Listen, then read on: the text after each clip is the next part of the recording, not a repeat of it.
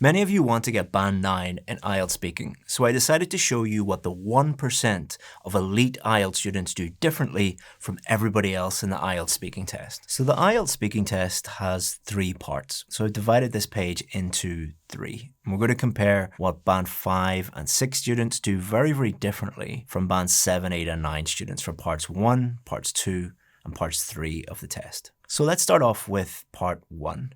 This is your opportunity to create a great first impression with the examiner. And also, and I think more importantly, it allows you to relax into the test. If you relax into the test in Part 1, you're going to be much more relaxed and more fluent in Parts 2 and Part 3. So it's very, very important that you nail Part 1 and get it 100% right. So there are 3 things that Band 5 and 6 students do differently from the Band 7, 8 and 9 students. And I'd like you to look at this clip of 2 students answering the same question in Part 1. And I want you to think about which one might be at a Band 5 or a Band 6 level, and which one is at a Band 7, 8 or 9 level. I'm from the Philippines, in Cebu to be specific. Cebu is the Queen City of the South, by the way. We were colonized by the Spaniards for so long, like for 333 years. I'm from India. To be specific, I am born and raised in Delhi, and my mom is from Bombay and my dad is from Kerala. But I've grown up my entire life here in Delhi, and I went to school here, went to university here. So the first student is doing something that examiners are trained to spot. This problem creates the worst first impression, but more importantly, it could even get you a Band 0, and that is memorized answers. So why is this such a big problem? Well, first of all, the IELTS test is not a memorization test. It is testing your ability to communicate clearly in English, not to memorize a bunch of sentences and just repeat them to the examiner. It's also considered cheating. That's why they'll give you the Band 0. Think about it this way. If you really knew how to speak English to the level that you're trying to get to, would you need to memorize answers? No, certainly not a Band 9 student would never have to memorize answers. And it also lowers your score in 2 very, very important ways. First of all, it just makes you sound worse. Listen to this clip and think about how memorization might have led to this student sounding so bad. I'm from Mumbai. It's a city in India. India is known for its culture and vibrant nature, also for their movie industry. It's located in Mumbai, where I'm from. It's called Bollywood. It's also known for its food. We have really delicious food, which is known worldwide. And people call it their favorite food, as I've heard. So did you spot it? I want you to think back to when you were a little kid, and most teachers get students to read from the book. So you're literally looking at the book and reading every word. Think about how you and the other students sounded. Do you think that you sounded very fluent? Not at all. This is exactly how students sound when they memorize answers. They sound robotic. It sounds like a robot reading from a script. But don't worry, there's an easy way to fix that, and I'll tell you how to fix it in a second. So did you spot any other issues? Let me explain here what the other issues were. So I want you to imagine this is the destination that we're aiming for. You're trying to get to a Band 9, and we have here student A and we have here student B. So the examiner asks them, tell me about your hometown. Student A talks about the history of their hometown, the culture of their hometown, famous things there, the food, the weather, the nightlife, and on and on and on. Student B just directly answers the question. And this is what Band 5 and 6 students often do. They go off topic. And this is why many of you complain that examiners stop you mid-sentence or mid-answer. It's not because the examiner is rude or they're not doing their job properly. The examiner has to ask you about 12 to 15 questions in Part 1. And if you keep going off topic and just rambling about things that have nothing to do with the question, they have to stop you. They're actually trying to help you. But many students who are not prepared think that they just have a bad examiner and they get really nervous and they get annoyed, and this destroys the rest of their test. And there's an easy way to fix this problem. Band 7, 8 and 9 students do something very, very simple, but very, very different. I discovered this simple technique when I was teaching in Ho Chi Minh City in Vietnam. If I was teaching speaking, I would go in maybe 10 or 15 minutes before the class started and just talk to the students normally about their day or their weekend. Just normal, everyday, getting to know you, small talk, chit-chat questions. And many of the students during that 10 or 15 minutes just spoke to me like they would speak to a friend or a relative. And many of them gave Band 9 answers. And then I played a little trick on the class. I would get one of the students who spoke to me at a Band 9 level before the class started, maybe about what they did at the weekend. And I would say, okay, let's do a formal mock speaking test. And the first question would be, tell me about your weekend. And they would go from a Band 9 level to saying something like, at the weekend, I went to Vung Tau. Vung Tau is by the sea. I ate seafood. Seafood is nice. So they went from a Band 9 level down to a Band 5 or 6 level in 10 minutes. And I increased the score of the entire class by just asking them one question. Why don't you speak like you did 10 minutes ago? You see, in the 10 minutes before class, it was a normal conversation. They were speaking to me like they would speak to any other human being. They spoke naturally, like they would speak to a friend or a work colleague. And they answered every question directly and kept on topic. And I call this test mode. Great students who can speak naturally at a very, very high level, as soon as the test starts, their score dramatically drops. But there is an easy way to overcome this. And this is something that we hear Band 9 students using all of the time. Watch these clips and try and think of what they do differently. Have you ever received flowers as a gift? Yes, I have. Actually, recently I did receive flowers, and I can't talk enough about flowers. I love everything about them, like the variations that you find, the different types and colors, as simple as like roses to, let's say, tulips. I love everything about them. Is there anything that you dislike about your job? Me personally, no. But if you ask my fiance, she will tell you that my job takes up a lot of my time, and I think she hates that about my job. Do you have lots of friends? I do have quite a few friends. I feel like I have more acquaintances than friends. But the people who I really care about, I think I can definitely count them on my fingers. So did you spot it? In part 1, Band 9 students normally just directly answer the question in the very first sentence, and then they add a little bit more detail. This detail could be an explanation, it could be an example, or it could be something like a personal story. And if using a strategy or a framework like that is a little bit confusing, use this technique instead. It's called the coffee shop method. Imagine you're not speaking to an examiner. Imagine you're talking to a friend in a coffee shop and they're asking you these questions. How would you answer those questions? You definitely wouldn't give a memorized answer or try and insert lots of high-level structures and fancy vocabulary. You would just answer it naturally. So let's move on to part 2 of the speaking test. Before we continue, I want to tell you about our gift PDF. I took all of the Band 7, 8 and 9 speaking tests that we've ever done and I analyzed them for the most useful phrases and the top vocabulary. And I've included all of those in a list in this PDF for you. If you want it, all you have to do is just go to the description or the pinned comment, click on the link, and this is my gift to you. So part 2 is often the most feared part of the IELTS speaking test because it requires you to do something that you're not used to doing, or many students just have never done what it requires you to do. So in part 2, you'll get a cue card that looks like this, and they'll ask you to speak about this topic for up to 2 minutes. This can be quite scary for many students because it's difficult to speak about anything for 2 minutes, especially in a foreign language, in a test where your whole future is at stake, and you have a scary examiner like me staring at you. But what if I told you it's not part 2 that is scary? It's not part 2 that leads to lower scores. It is the strategy that most students use that leads to it being scary and leads to lower scores. And the interesting thing is, once students stop using the same old strategies that most Band 5 and 6 students use and switch to the techniques that we teach our students, not only does this fear of part 2 go away, but our students actually look forward to part 2 of the speaking test because it will give them a chance to show the examiner how great they are. First, listen to the student and let me know if you can spot any problems with what they're doing. So I'll describe the house of my grandma. So who lives there? My grandma lives there. And my grandpa used to live there. Where the property is, it's in the mountain in Beirut, in Lebanon. What it looks like, it It looks like a castle for me. It's not a castle, but for me, it's like a castle. We have a lot of memories there. That's why I decided to talk about this house. If you like it, definitely I do.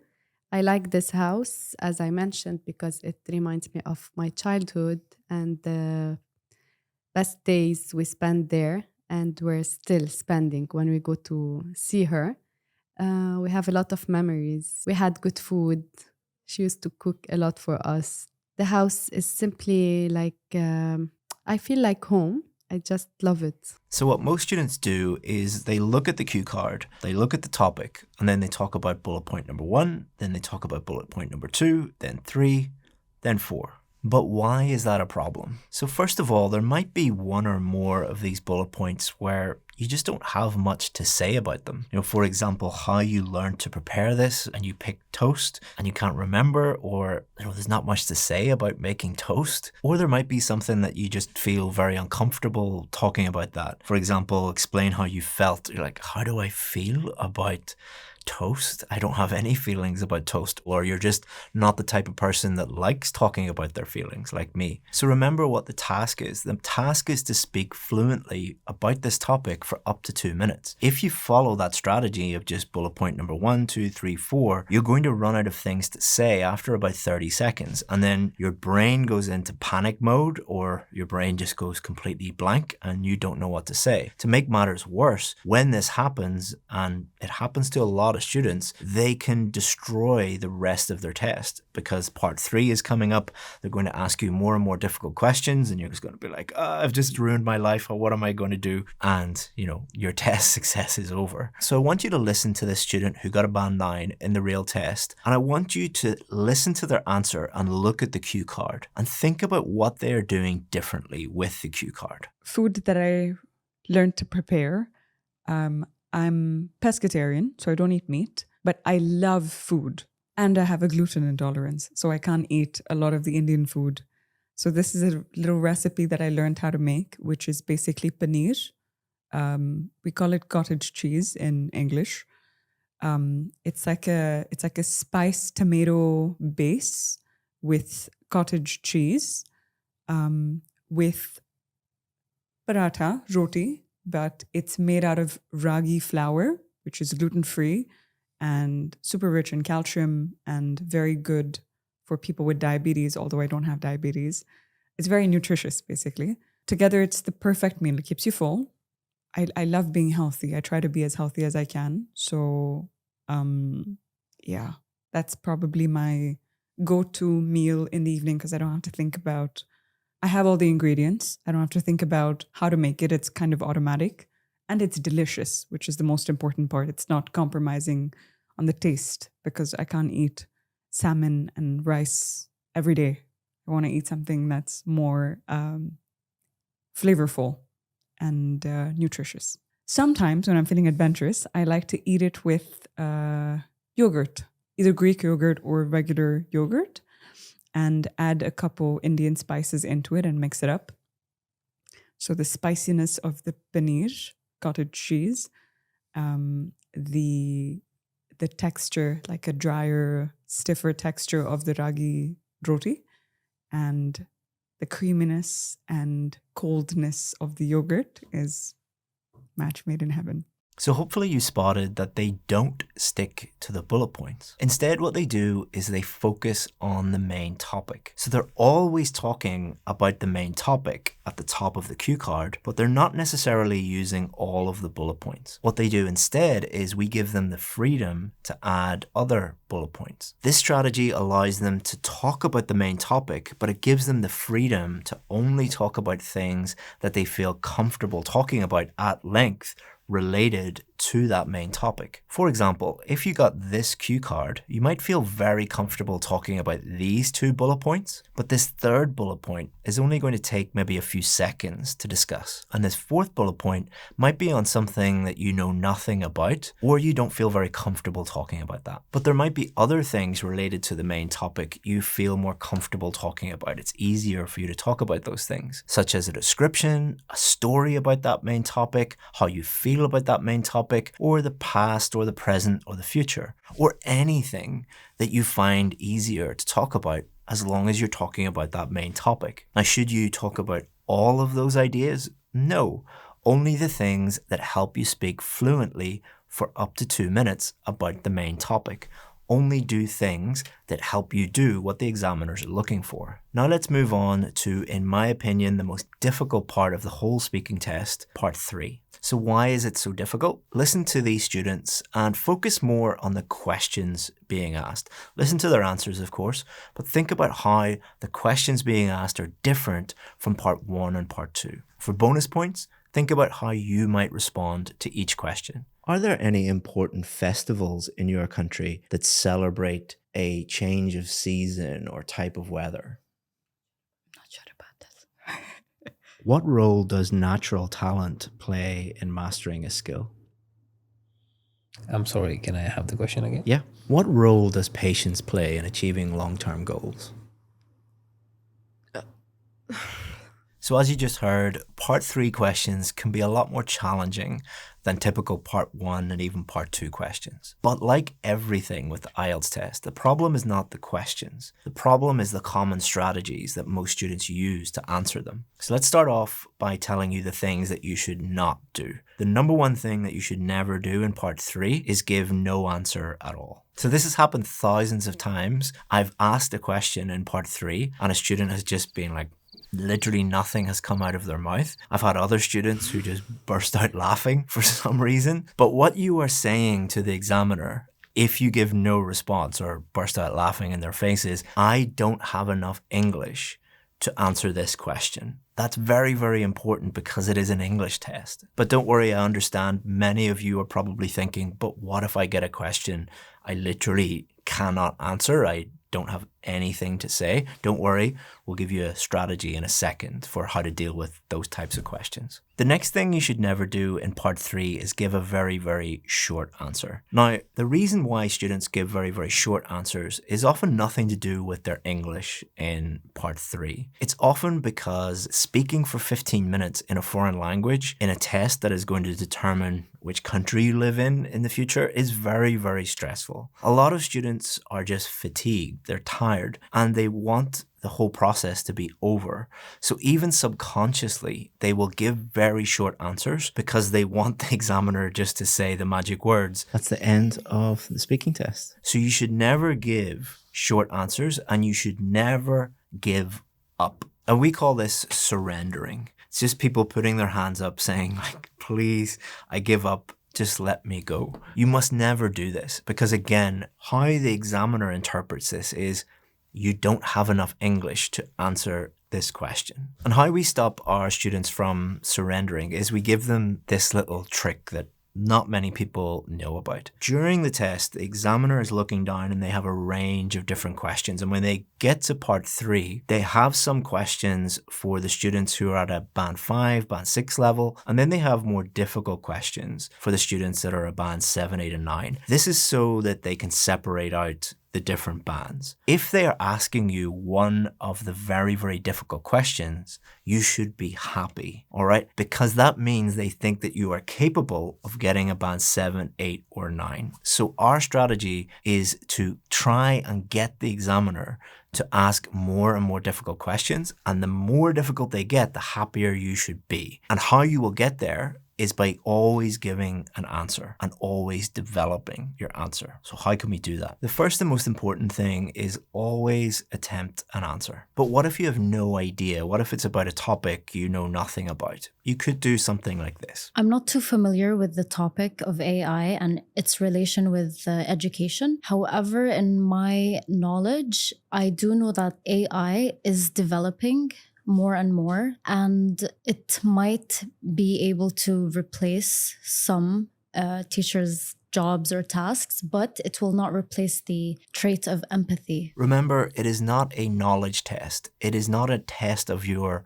knowledge of that topic. It is a speaking test. If you don't give an answer or a very, very short answer, you're saying to the examiner, my English is not good enough. But if you attempt an answer in the way we showed you, you're saying my knowledge of that topic is not high enough. And that indicates to the examiner that they need to switch topics in order for you to show how good your English actually is. Believe it or not, the examiners want you to do well, but you must signal to them that this is just not a great topic for you. But if you say nothing, then what you're really saying is, I'm not good enough to answer any question on any topic. But even though it is this huge fear of students about, what if I get a topic I know nothing about, it is far more likely that you will get a topic you can speak about, that you do know a little bit about. So how can you show the examiner how great your English level is with a topic you know a little bit about? Watch this clip and think about what the student does in terms of how they structure their answer. What skills does a person need to be a great chef? Interesting. From what I've heard, I've never worked as a chef or worked in a kitchen before, but I think it takes a lot of trial and error. So for that reason, I would imagine that the person would have to be very patient. And with that patience, you need to have an inherent passion for the food that you're making. I think chefs usually specialize in one or more cuisines. So just having an understanding of the background of the spices, where it comes from, of the meat, where it comes from. If you're not passionate about that, it can probably tire you out to be that invested in learning. So patience, passion, and a good environment, like access to good teachers, access to good books, access to good produce would probably help you hone your craft a lot more. Don't forget to download our PDF with the list of vocabulary and phrases used by Band 7, 8 and 9 students. Link in the description and in the pinned comment. So they did 4 things. A, they directly answered the question. They then explained why they think that, or why other people think that. They then backed it up with examples, or you could use a personal story. And then they developed the answer even more by showing the other side of the argument. Often for part 3, they will ask you questions where there are 2 sides to the answer, or you could give a new point. But here's the key lesson for the entirety of the speaking test. What do all of these Band 7, 8 and 9 students have in common? Well, when you're speaking to a Band 7, 8 or 9 student, it doesn't feel like a speaking test. It feels like having a normal conversation. These higher level students answer questions naturally, and one way they do that is to steer the conversation to things they feel comfortable talking about. It's easy for them to talk about these things. They don't use tricks or hacks to try and cheat the test. The test cannot be cheated. Instead, they use the English they already have to clearly communicate with the examiner and to show the examiner the score they truly deserve. And how they got to that stage is not just doing lots of practice, but perfect practice. This video is not only going to give you a huge number of practice questions so that you can practice at home, but it is going to show you how to practice so you can cut down your preparation time and get the score that you need. Click on this video next.